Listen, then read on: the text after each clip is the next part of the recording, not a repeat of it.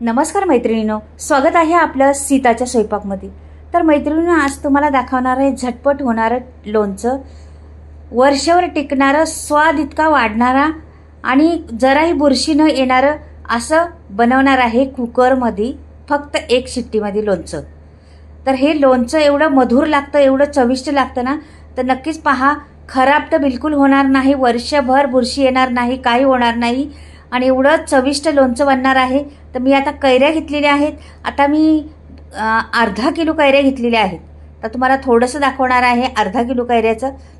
तर ह्या कैऱ्या मी तोतापुरी घेतलेल्या आहेत। तुमच्याकडे ते आंबटवाल्या असल्या तर आंबटवाल्या घेऊ शकता, माझ्याकडे होत्या त्या मी घेतलेल्या आहेत।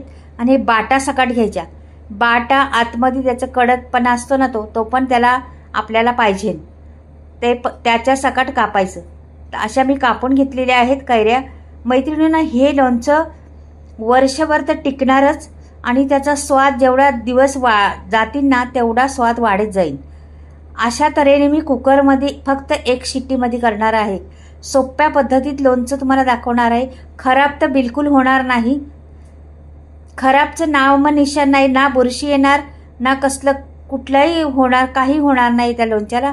आणि फक्त 10 मिनिटात लोणचं बनते। कुठला मसाला वापरते तर पहा पुढे, आणि कशा पद्धतीने कुकरमध्ये एक शिट्टीमध्ये लोणचं बनते ते पण पहा। तर हे संपूर्ण मी तुम्हाला व्हिडिओ दाखवणार आहे। व्हिडिओ अगदी सोपा आहे, सविस्तर दाखवलेला आहे, एकदम पहिल्यापासून तर लास्टपर्यंत तर एवढा व्यवस्थित दाखवलेला आहे या व्हिडिओमध्ये। नक्कीच व्हिडिओ पहा आणि हा कुकरमध्ये मैत्रिणी लोणचं बनवून पहा फक्त एक शिट्टीमध्ये। तर पहा बरं, आता मी कापून घेतले, बाटा सकट कापलेलं आहे। जे बाटा असतात आतमध्ये, कडकपणा असतो कैरीला, त्याच्या सकट कापलेलं आहे। हे आपलं कापून झालेलं आहे। अर्धा किलो लोणचं मी करणार आहे। तर इथे गूळ घेतलेला आहे 1 वाटी भरून। हा गूळ टाकायचा ह्या कुकरमध्ये। हा गूळ टाकला तर अर्धा किलोसाठी जवळजवळ मला वाटतं 100 ग्राम गूळ घेतलेला आहे। हा गूळ टाकला मी कुकरमध्ये टाकला। हा लोणच्याच्या फोडी आहेत ना, ह्या पण कुकरमध्ये टाकल्या।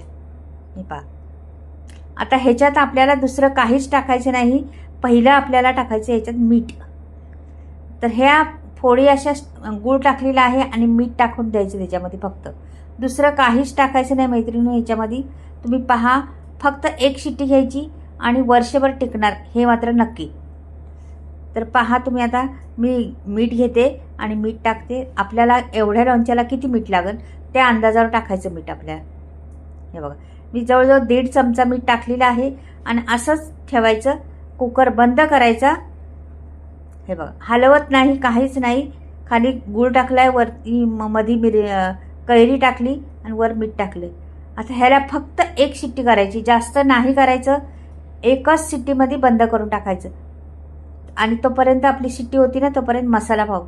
मी 4 चमचे लाल तिखट घेतलेला आहे, 2 चमचे धणे पावडर घेतलेले आहे, 1 चमचा मेथीची पावडर घेतलेली आहे।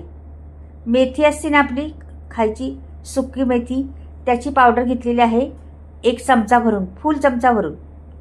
तर 1 चमचा तर मेथीची पावडर, 2 चमचे धणे पावडर आणि 4 चमचे लाल तिखट, हे एवढं घेतलेलं आहे। आता आपल्याला आणखीन घ्यायचे आपल्याला पहा। तर इथे मी 1 चमचा भरून असा चांगला एवढा हळद घेतली पहा, आणि त्याच्यामध्ये हिंग घ्यायचं आपल्याला। तर हिंग आपल्याला किती घ्यायचा पहा जरा, 1 चमचावरून हिंग घेतला तरी चालेल। आता हिंग पडत नाही ह्याच्यातून, तसं दाबूनच पाडायला लागते। 1 चमचावरून हिंग घ्यायचा।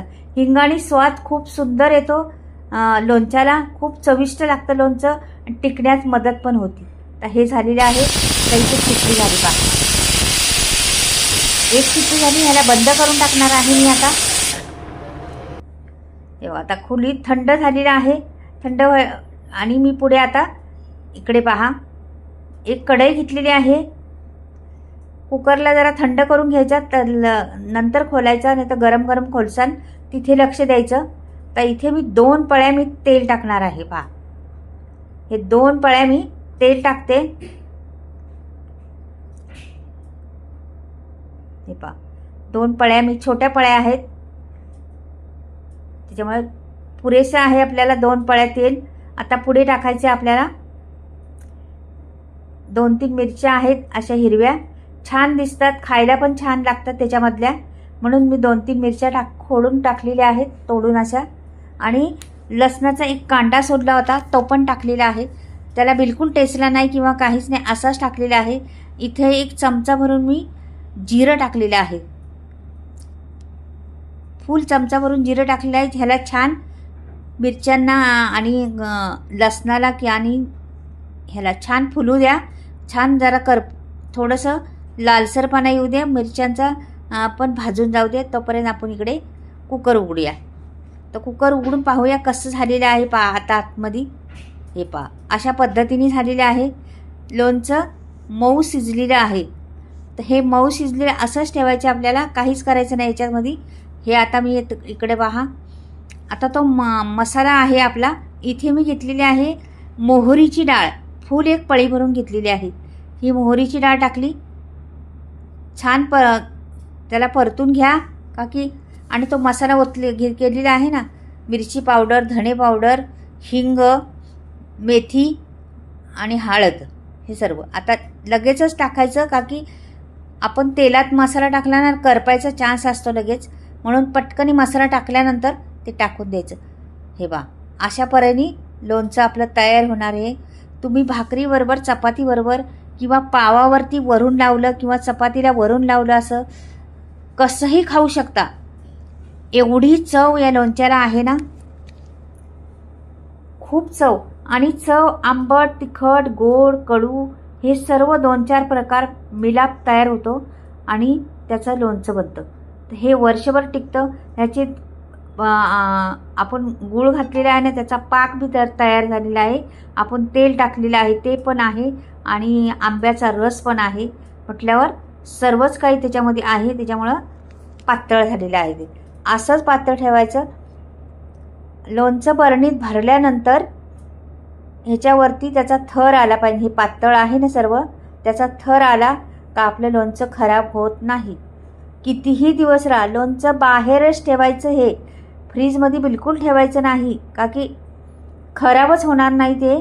तर फ्रीजमध्ये ठेवण्याचा प्रश्नच येत नाही. अगदी असंच राहतं वर्षानुवर्षे, 1 वर्ष 2 वर्ष म्हटलं तरी टिकून राहतं हे लोणचं. आणि चव जेवढी जुनं होत जाईल तेवढी चव याची वाढत जाते. खूप चव वेगळी पद्धतीची येते, छान चव येते. तर हे आंबट, तिखट, गोड असं ह्या पद्धतीचं लोणचं कसं वाटलं तुम्हाला? हे थोडा वेळ शिजू द्या, अगदी 2-3 मिनटं.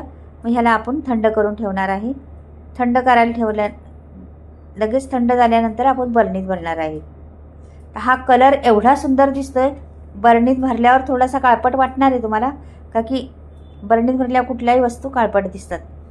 तर पहा तुम्ही, हे बऱ्यापैकी आपलं झालेलं आहे. ह्याला वर खाली करूया जरासं थोडंसं आणि थंड करून घेऊया. याला थंड केल्यानंतरच आपल्याला बरणीत भरायचे. एवढी रंग सुंदर दिसतोय, पहा बरं. आता हे थंड झालेलं आहे, मी बरणीत भरून ठेवते. बरणी स्वच्छ करायची, धुवून घ्यायची, जरा सुकवायची व्यवस्थित. मैत्रिणींनो, सगळं काही सांगितलं आहे तुम्हाला, पण पाण्याचा हात बिलकुल लावायचा नाही त्याला. ओलं जरा पण हात लावायचा नाही. चमचा तोच ठेवायचा, 1 चमचा घालून ठेवायचा बरणीमध्ये, तोच ठेवायचा. तोच परत आपल्याला वाटीत काढून घ्यायचं, परत तो चमचा आतमध्येच टाकायचा. अशा तऱ्हेने केलं तर तुमचं वर्ष का 2 वर्ष हे लोणचं असंच राहील. आणि जे जे मुरण ते तुम्हाला सांगितलेलंच आहे पहिलं, आणखीन वाढत जाईल त्याची चव. आणि हे तुम्ही चपातीबरोबर, भाकरीबरोबर किंवा कशाबरोबरही खाऊ शकता. तुम्ही तोंडी लावण्यासाठी वरण भाताबरोबर बाजूला घेतलं तरी चालेल, किंवा भरपूर कुठेही चालू शकतं हे लोणचं. बाहेर फिरायला गेले तुम्ही, पिकनिकला गेले, इकडे गेले, बरणी भरून नेली छोटीशी, डब्यात नेले छोट्याशा, तरी खूप तोंडाला चव येणारं हे लोणचं बनते. आपलं एखादा माणूस आजारी पडलं तरी हे लोणचं खाल्लं तरी तोंडाला चव येईन त्याच्या. एवढं जबरदस्त लोणचं आहे. एकदा बनवून पहा. फक्त 1 शिट्टी कुकरची घ्या, झटपट होणारं लोणचं. खरंच वेगळा पद्धत दाखवलेली आहे, नक्कीच बनवून पहा एकदा. सोप्या पद्धतीतलं लोणचं आहे. आंब्याचा सीझन चालू आहे, बनवा मैत्रिणींना वेगवेगळे तऱ्हेचे. मी भरपूर काही रेसिपी दाखवल्या आहेत तुम्हाला. आंब्याच्या कैऱ्यांच्या चटण्या वगैरे भरपूर दाखवले आहे. दुसरे लोणचे पण तुम्हाला दाखवणार आहे वेगवेगळे पद्धतीचे. आता पुढे तुम्ही पाहत राहा व्हिडिओ, तुम्हाला खूप काही लोणचं न खराब होणारं, कशासाठी खराब होतं ते सगळं काही दाखवणार आहे. व्हिडिओ सविस्तर माझे असतात, तुम्हाला माहीतच आहे. आणि बऱ्याच मैत्रिणी करून पण पाहतात, त्याच्यामुळे मला खूप अभिमान वाटतो तुमचा का माझ्या रेसिपी तुम्ही करत राहता, पाहत राहता. तर चला बाय, परत भेटूया काहीतरी वेगळं घेऊन, हटके. बाय.